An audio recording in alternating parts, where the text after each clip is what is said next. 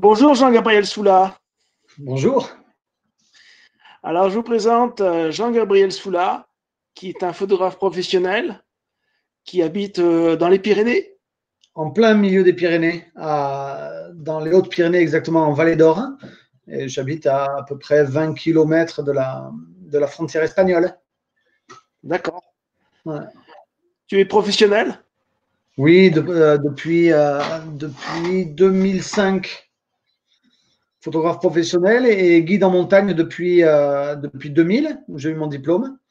Et très rapidement, en fait, depuis 2002, j'ai commencé à encadrer des stages et voyages photo à la demande d'abord de mes clients en montagne. J'ai fini par mêler effectivement ces deux activités qui sont mes deux très grandes passions. Voilà. D'accord. Donc tu fais beaucoup d'accompagnement en montagne aussi. Tu connais bien donc les Pyrénées. Oui, alors aussi bien les Pyrénées qu'une très grande partie d'Europe, hein, parce que je ne reste pas que effectivement dans le coin, mais beaucoup l'Europe, Espagne, Laponie, Islande, et un peu plus loin où je vais au Kyrgyzstan depuis 2 ans. D'accord. Voilà. On trouve tes voyages présentés sur ton site internet.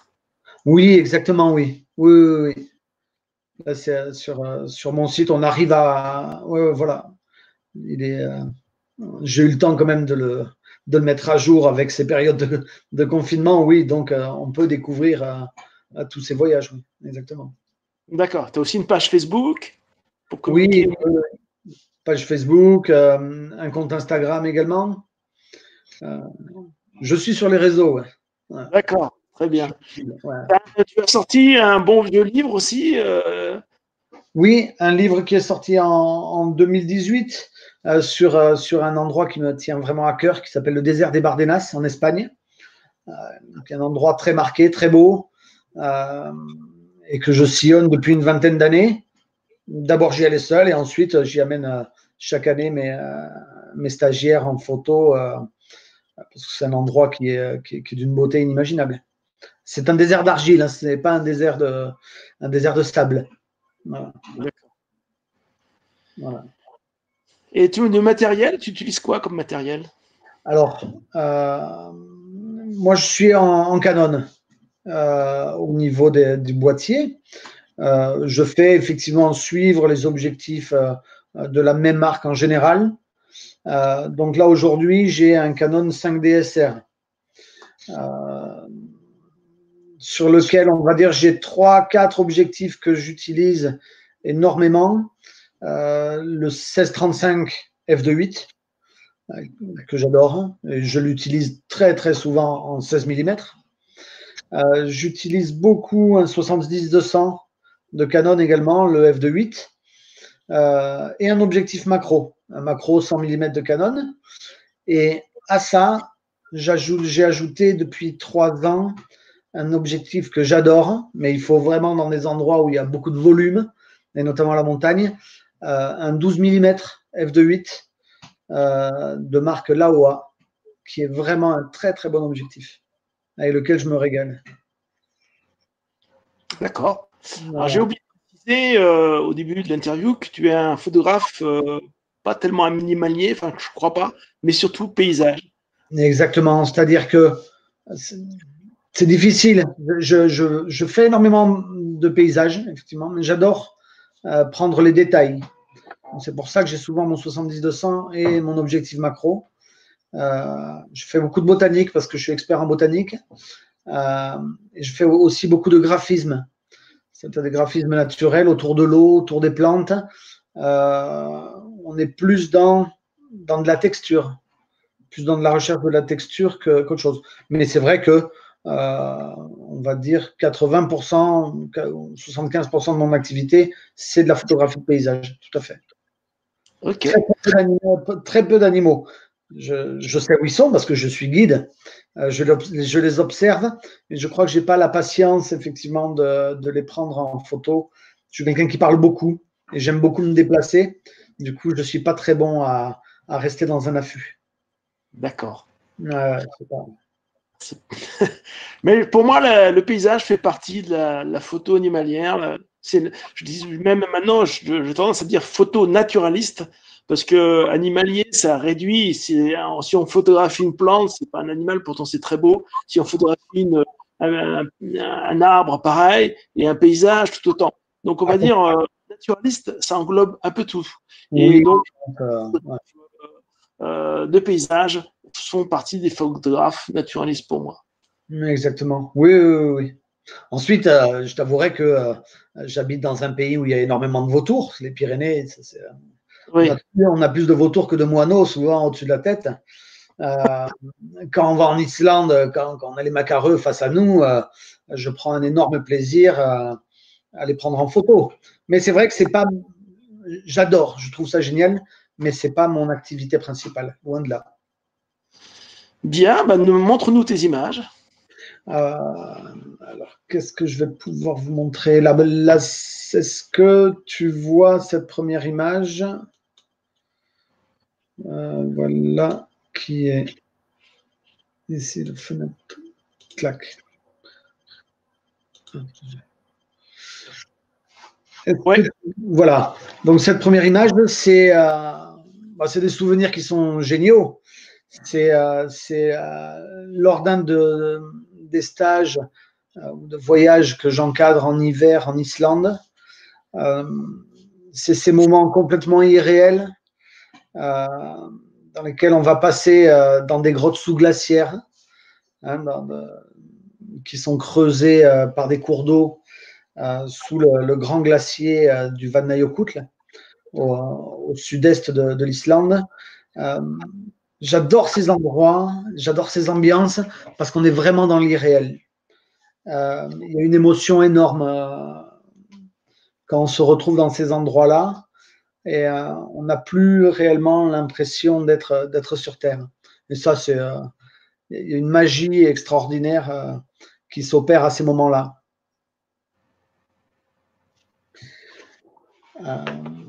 Donc ça, ben voilà. Ensuite, effectivement, c'est des choses qu'on ne prend que en hiver parce qu'en été, l'accès à ces galeries est trop dangereux.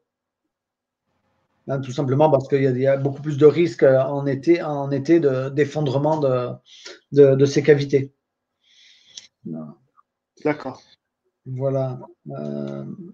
Ici, ben, toujours en Islande, hein, un endroit qui est relativement connu. Et je suis vraiment tombé amoureux de cet endroit-là en 2009, tu vois, dans un des premiers séjours que j'ai encadré dans ce pays-là. Euh, c'est un peu un endroit du bout du monde.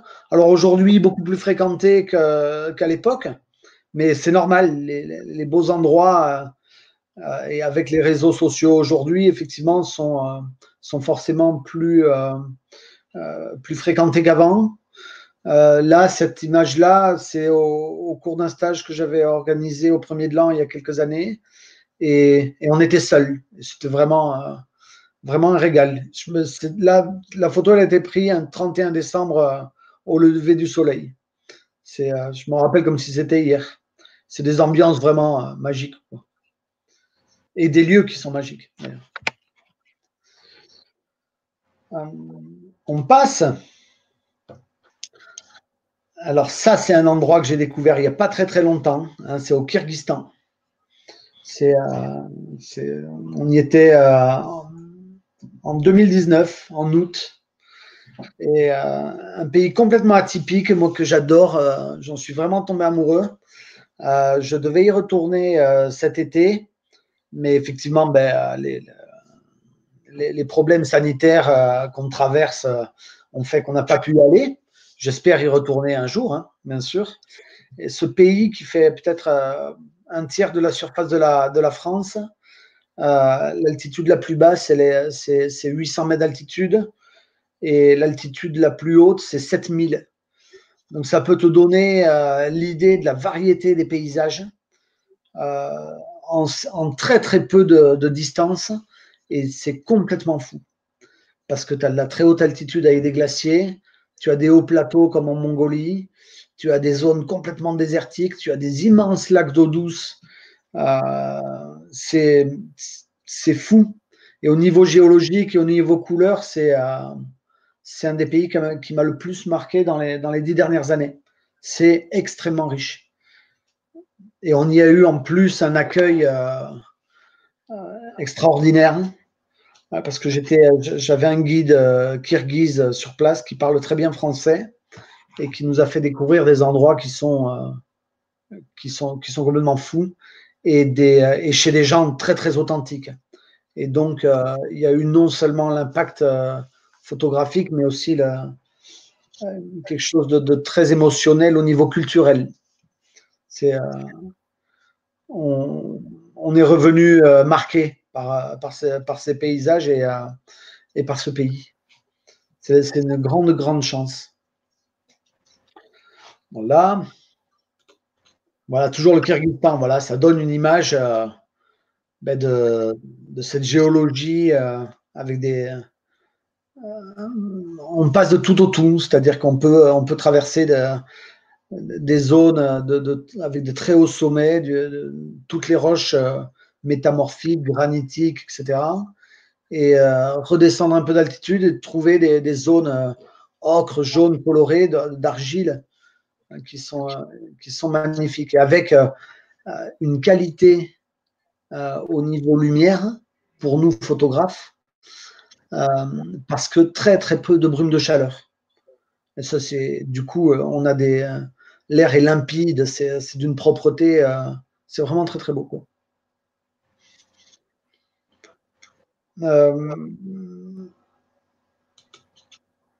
Alors là, on passe du tout au tout. Là, on était au Kyrgyzstan avec des températures très chaudes, voire désertiques. Et là, on passe dans ce que j'aime énormément. C'est ces endroits du Grand Nord, en Laponie finlandaise, où j'amène les gens chaque année. Mais là aussi, c'est une histoire de magie. Hein. C'est une histoire de magie qu'engendre le froid, de cette beauté où le froid va figer, va habiller les paysages. Et tu vois, là, on est sur un bras de rivière qui s'appelle la rivière Oulanka, et où tu as deux courants inversés qui vont créer des grands courants rotatifs et qui embarquent des blocs de glace. Et là, tu vois, il doit y avoir un temps de pause long de 8 secondes, ce qui fait qu'on voit bien effectivement la rotation des morceaux de glace dans ce détour de torrent. C'est vraiment un endroit superbe. Souvent, on pose la question, est-ce qu'on n'a pas de soucis avec ces grands froids? On peut descendre jusqu'à moins 30 degrés hein, à ces endroits-là, si on a des soucis avec le matériel. Moi, très souvent, à partir de moins 28, je demande aux gens qui sont avec moi de ranger le matériel. C'est à partir de moins 32 où les composants plastiques commencent à avoir des soucis et ils peuvent commencer à casser. Et j'aime pas qu'on prenne du risque avec le matériel, du moins quand on est en stage, quoi. Donc voilà, alors plein d'endroits où on est seul au monde, des endroits très peu fréquentés et raquettes aux pieds. Et bon, pour les gens qui aiment le froid, parce que quelqu'un qui n'aime pas trop le froid ne pourrait pas se permettre d'aller dans des endroits comme ça. Alors même chose, qualité de l'air extraordinaire, hein, parce qu'à moins 20, effectivement, il n'y a pas de brume de chaleur, on est bien d'accord. Là, oui. Et puis, c'est de la glace, de la neige partout, rien ne fond. Il y a une pureté extraordinaire. C'est vraiment un très, très grand bonheur que de pouvoir se balader dans des endroits comme ça. Là, dans ces endroits-là, le fait d'être guide, pour moi, c'est vraiment un atout supplémentaire. Parce que moi, j'ai été formé au danger du froid, à vraiment sécuriser les gens qui viennent avec moi. Et c'est vrai que j'ai cette chance. Je pense que je ne me permettrais pas de le faire si je n'avais pas cette expérience au niveau montagne. Tu vois, parce qu'effectivement, tu ne sais pas ce qui peut se passer à moins 20, moins 25. Tu peux rapidement perdre un doigt. ou avoir quelqu'un qui tombe dans les pommes si tu n'es pas vigilant, quoi. Donc, mais ensuite, effectivement, quand tu es prêt à tout, quand tu as bien fait les choses, on vit des moments qui sont extraordinaires dans ces endroits-là. C'est vraiment très, très beau. Et puis, je pense que si tu veux encore trouver des endroits où personne ne va, la Laponie finlandaise ou la suédoise, c'est tellement vaste que tu peux te retrouver vraiment tout seul si tu as besoin et si tu as envie d'être seul. Tu peux ne pas être dans le flot, dans un flot incessant de personnes, comme des endroits un peu plus connus, hein, comme en Islande ou dans les Dolomites, par exemple. Ensuite, le froid sélectionne, ça c'est sûr. Ben, tu vois là, ça fait partie des endroits qui sont aussi des endroits de rêve.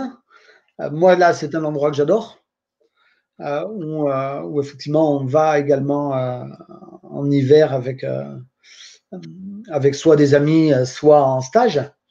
L'endroit d'où est prise cette photo, au moment où on la prend, on est 50.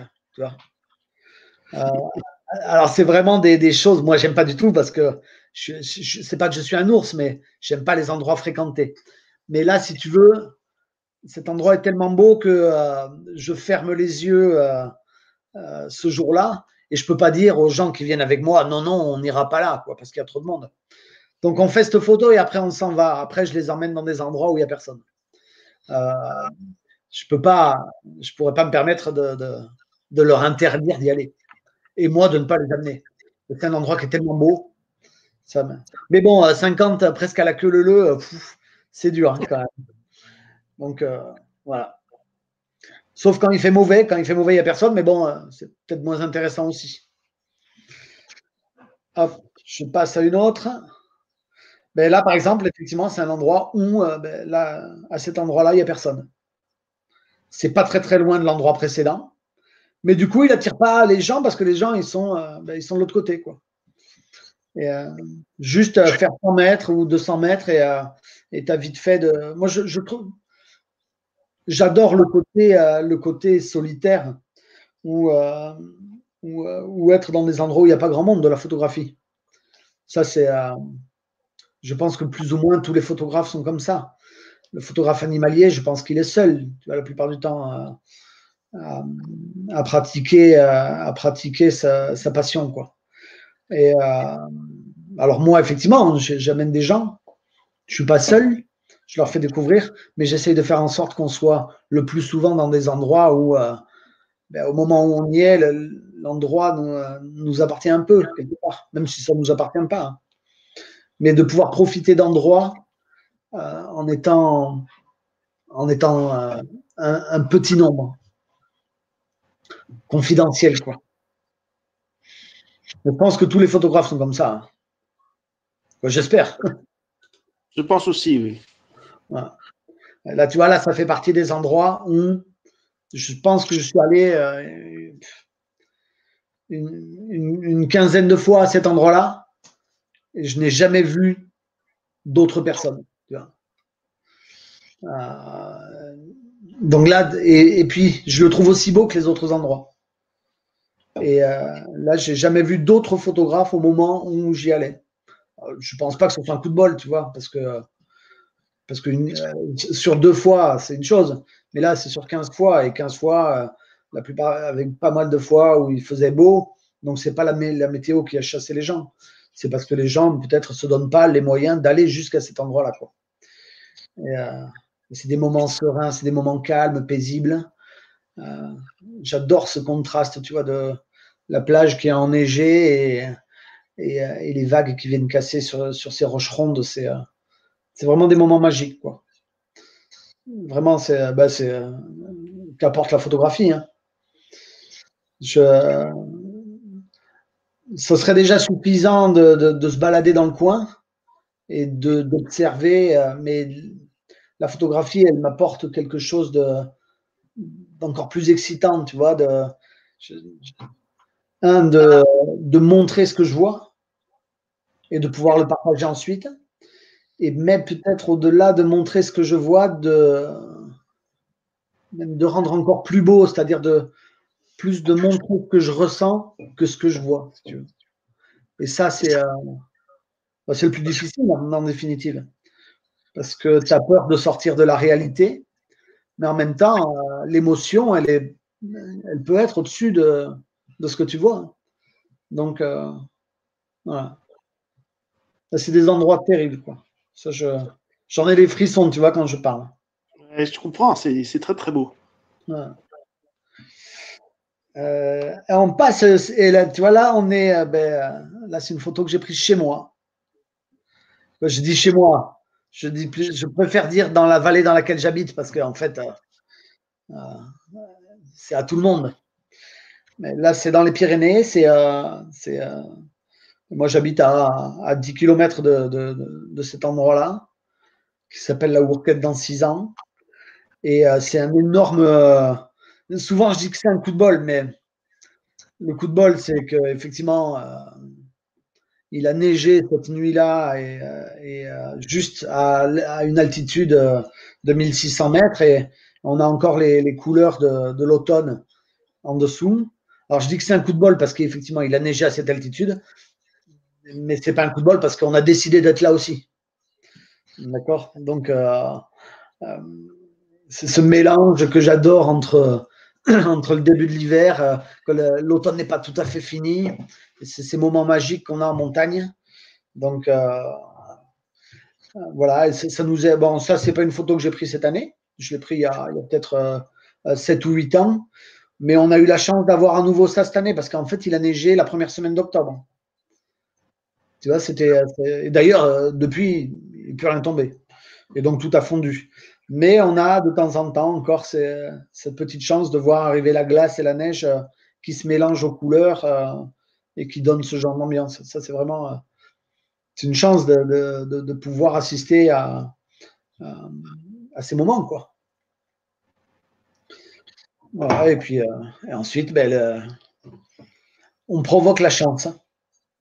C'est-à-dire que si on reste dans son lit, ça, personne ne le voit, ou du moins celui qui fait l'effort d'y être, il y est. Hein. Hop, même chose, là, c'est à la maison. C'est vite partir le plus tôt possible le matin pour quand tu sais qu'il y a une belle chute de neige qui dure depuis un jour ou deux et que tu vas avoir la matinée, tu vas arriver et tout est dégagé et, euh, et tu tombes sur le spectacle. Il n'y a pas une trace, tu es là le premier à être dans le coin et tu as ces ondulations. Là, je suis au milieu d'un torrent, mais il y a tellement de neige qu'il y a zéro risque, tu ne peux pas passer à travers. Il y a des couches de glace et de neige qui sont successives et du coup, effectivement, la dépression du torrent avec le vent là, pendant les jours de chute de neige crée ces trous, ces ondulations et ces reliefs qui sont de toute beauté. Donc, tout à l'heure, je parlais de matériel. Effectivement, je te décrivais la marque de l'appareil ou des objectifs que j'avais, mais ensuite, à ne pas oublier, moi, je prends 98% de mes photos sur trépied. Toutes mes photos de paysage sont prises sur trépied, sans aucune exception. Même quand j'ai la lumière suffisante, je suis sur trépied. Ça, c'est une habitude que j'ai. Et une très, très grande majorité de mes images sont prises avec des filtres. Alors, pas des filtres colorés, mais soit effectivement des filtres gris neutre complets pour pouvoir faire des temps de pause longs, soit effectivement des filtres dégradés pour pouvoir récupérer les contrastes qu'il peut y avoir entre des parties sombres et des parties claires à l'intérieur de l'image. Et ça, je vais dire que le filtre, je les utilise sur pas loin de 95% des images.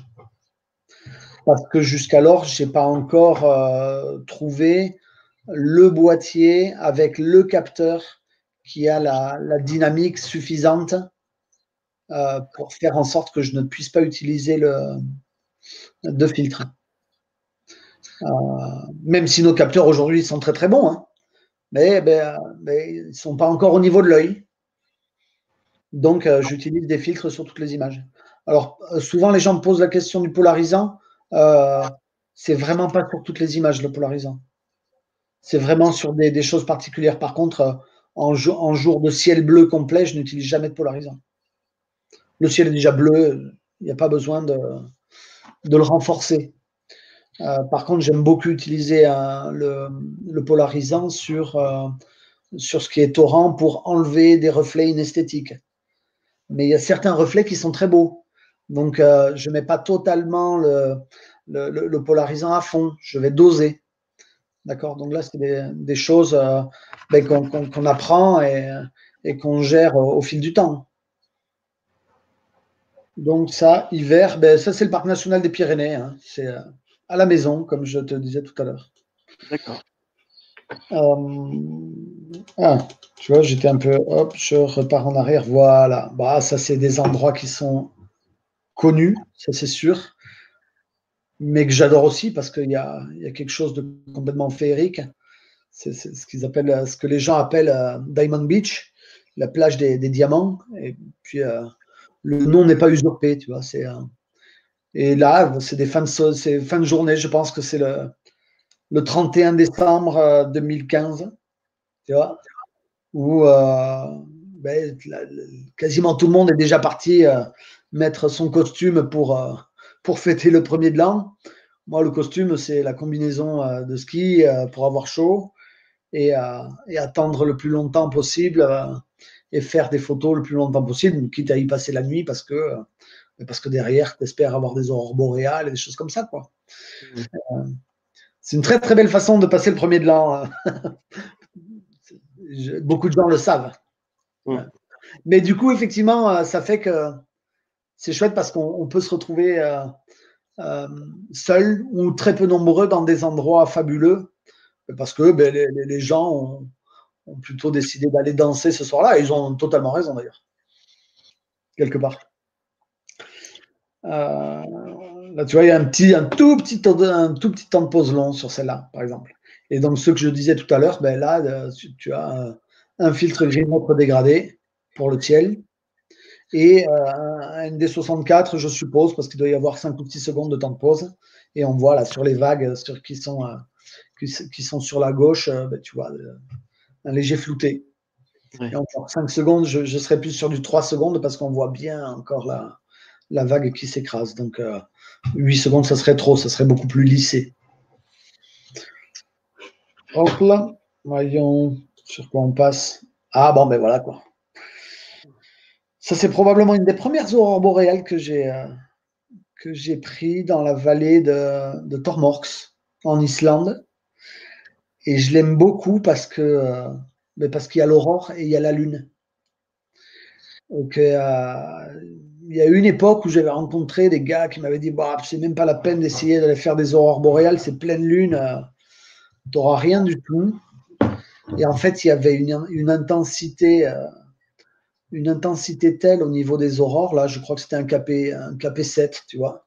C'était en 2011, en début septembre, première semaine de septembre 2011.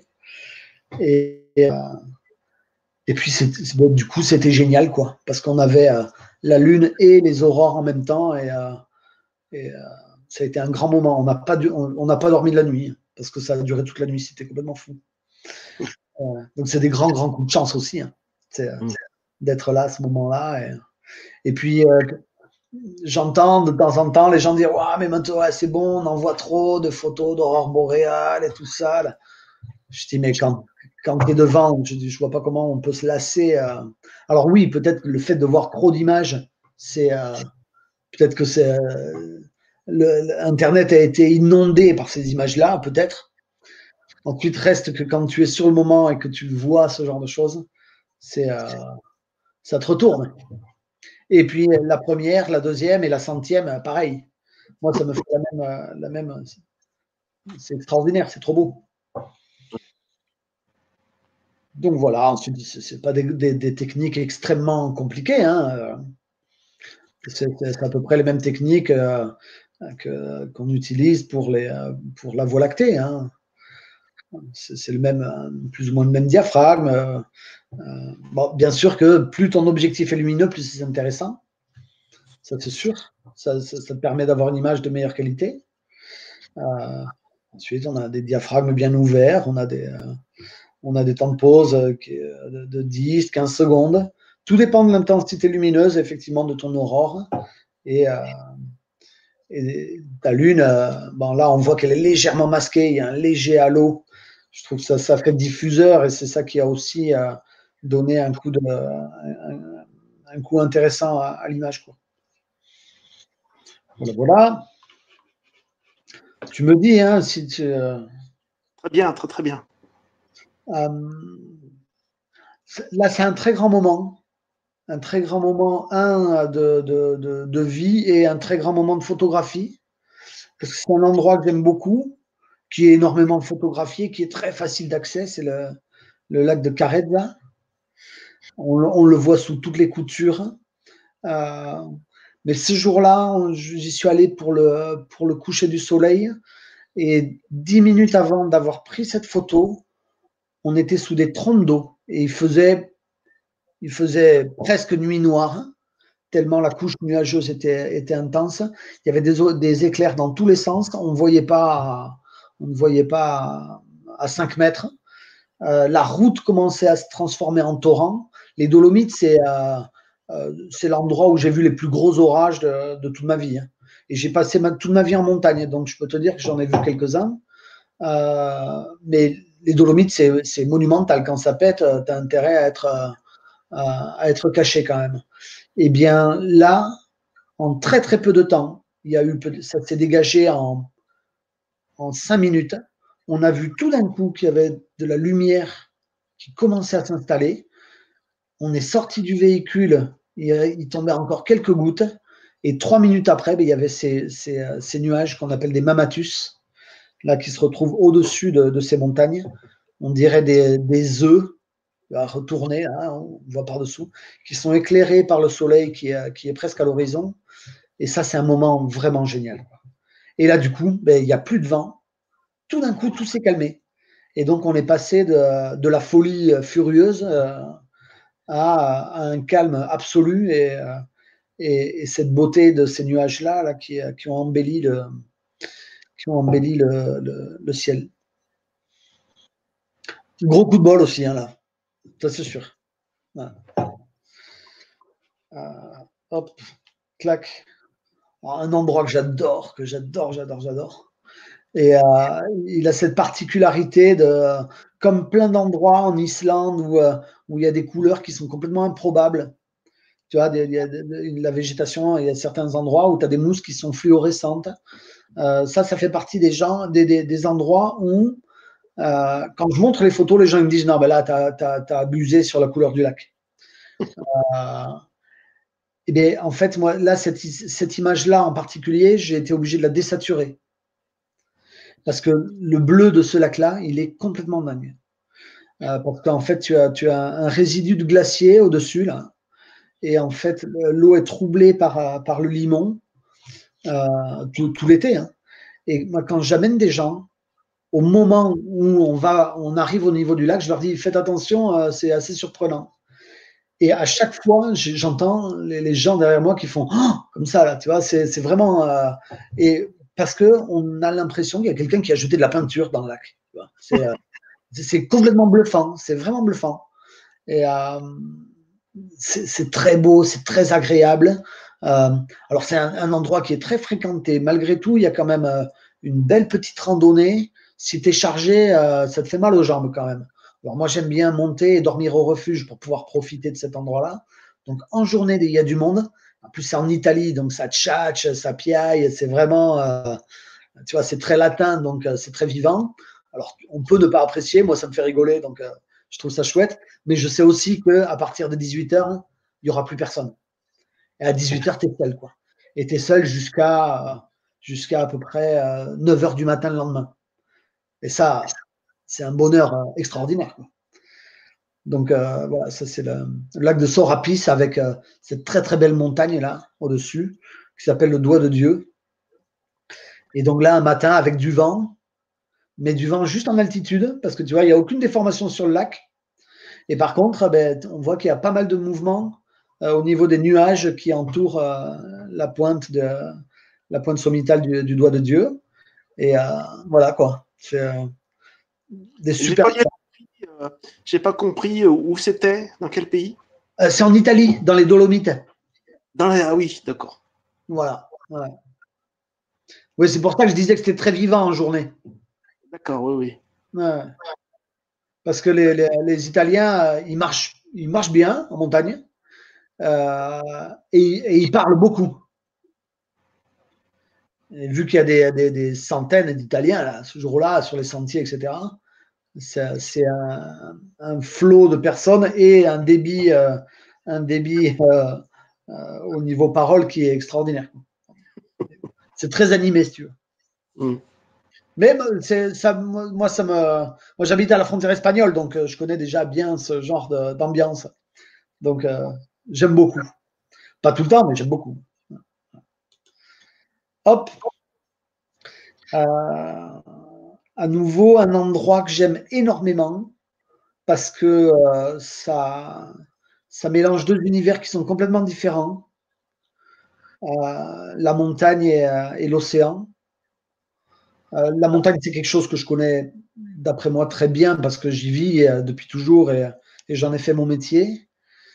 L'océan, c'est quelque chose qui me fascine, que je maîtrise peu parce que je suis pas quelqu'un qui navigue ou j'aime beaucoup la côte et cet endroit-là qui est dans les Asturies, hein, donc dans la côte nord-ouest espagnole, on a vraiment une montagne qui sort de l'océan.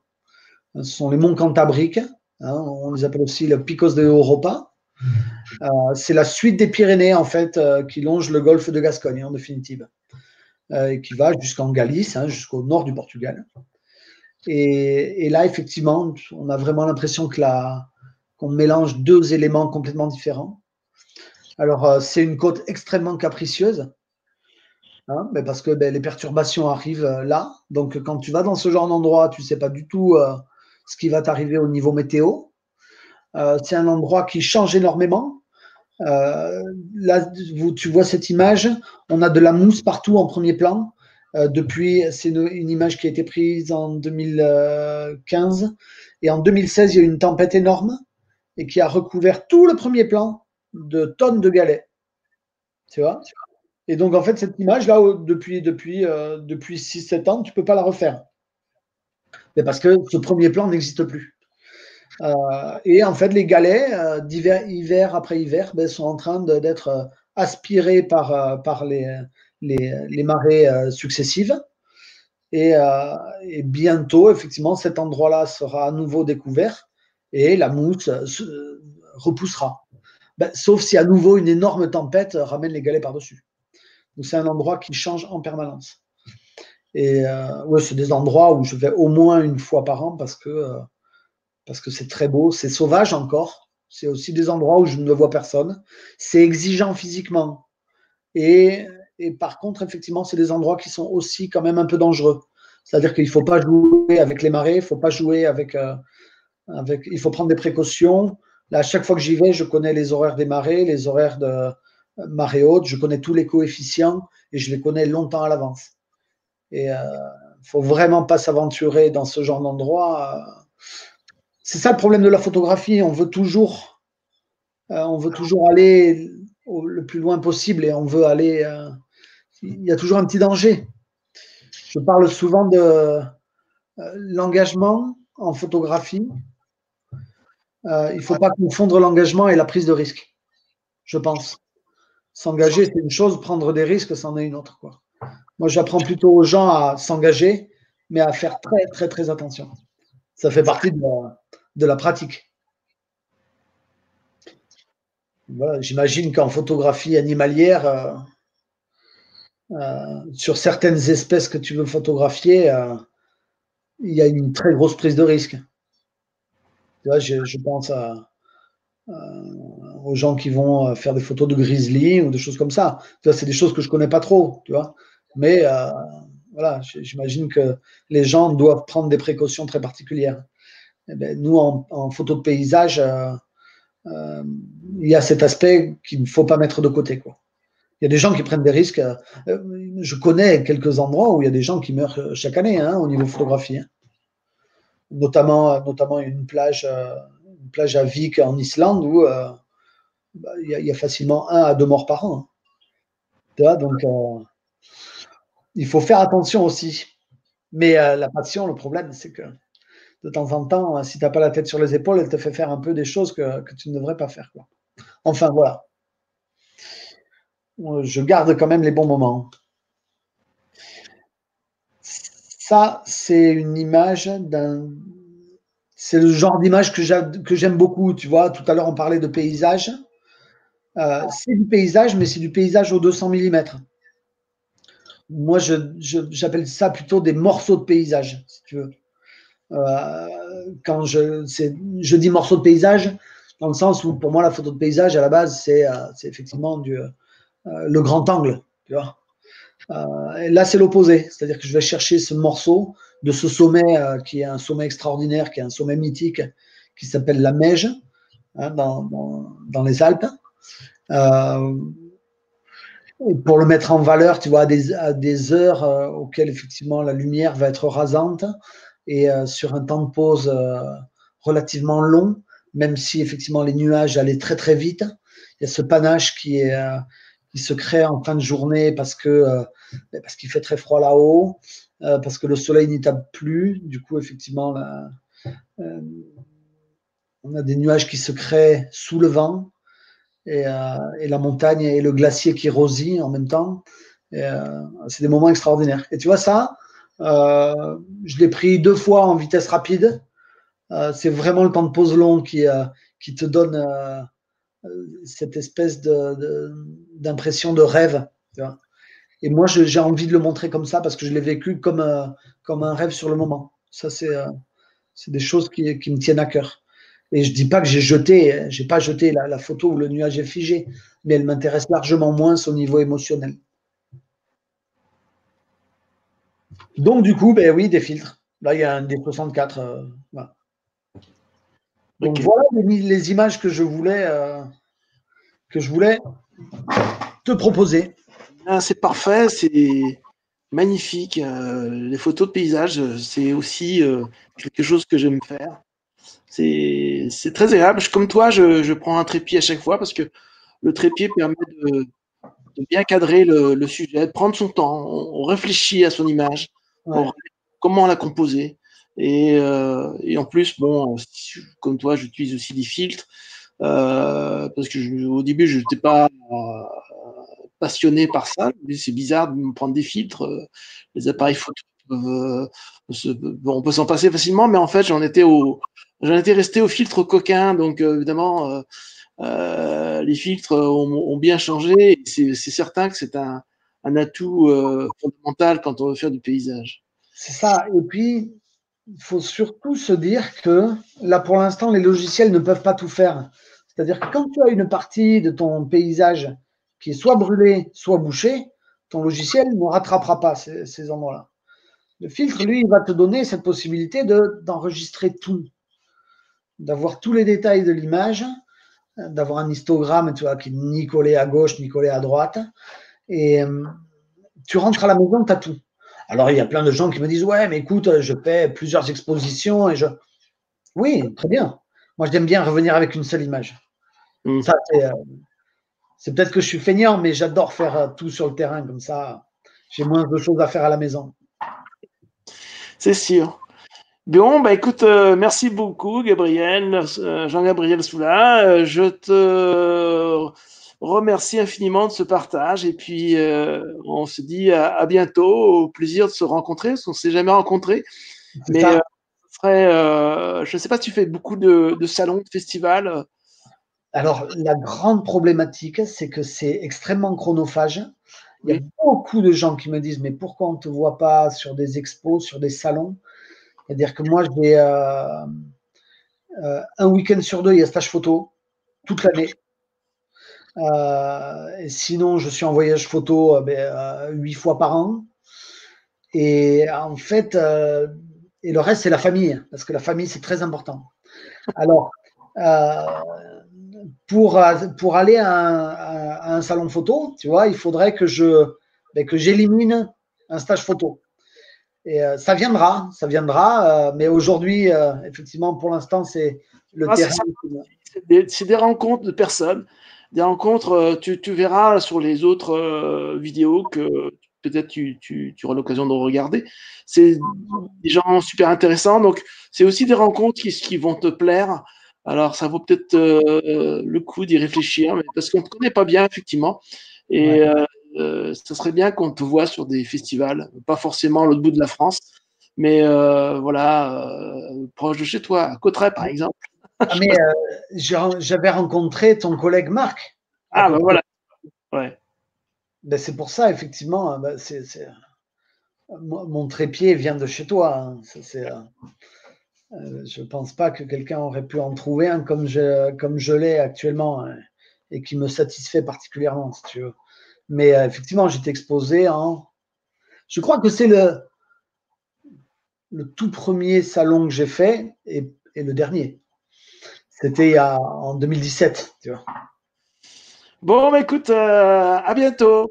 Merci beaucoup. C'est à toi. Au revoir. Ciao. Ciao.